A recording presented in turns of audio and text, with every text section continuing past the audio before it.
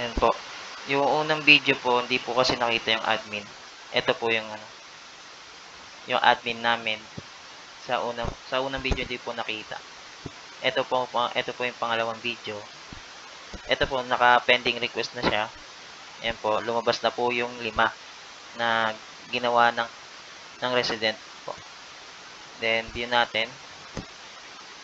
Ayan po, may barangay permit, barangay clearance ID, barangay indigency, barangay residency, barangay clearance. Yan po. I-view natin po. Unahin natin yung barangay permit. Then, ayan po yung mga details niya. Ayan po. Upload po natin. Then, yan po. Ayan po yung kinalabasan po. Na pwede na po i-print.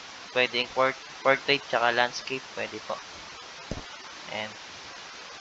Ayan po yung barangay permit natin. Pwede natin i-print agad. And susunod naman is barangay clearance ID. Ayan. Ito po yung sinasabi ng panelist na hindi nakikita yung nakaraan defense po namin. Hindi po kita yung picture. Ngayon po, kitang-kita na po siya sa admin. Ayan, makikita nyo na po yung details niya, yung kung saan siya nakatira, yung ID niya. Ayan po.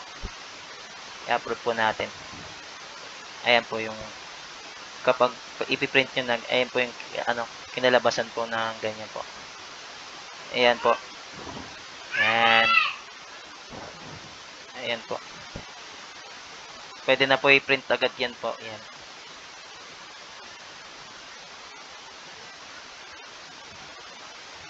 So po ay barangay agency. Ayan po.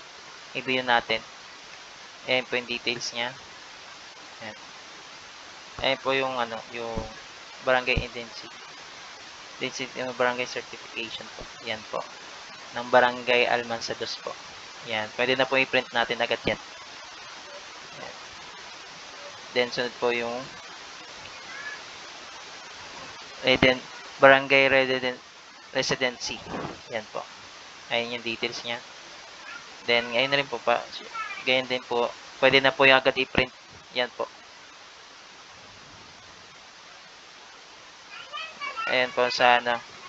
Then, kailangan ng barangay clearance. Yan po. Barangay clearance. Yan po. And kailangan ng details. Yan. Ganyan po. Yun sa ayan po yung office of the barangay captain. Barangay clearance. Yan po. Portrait lang. Ayan po. Pwede na agad i-print. Yan.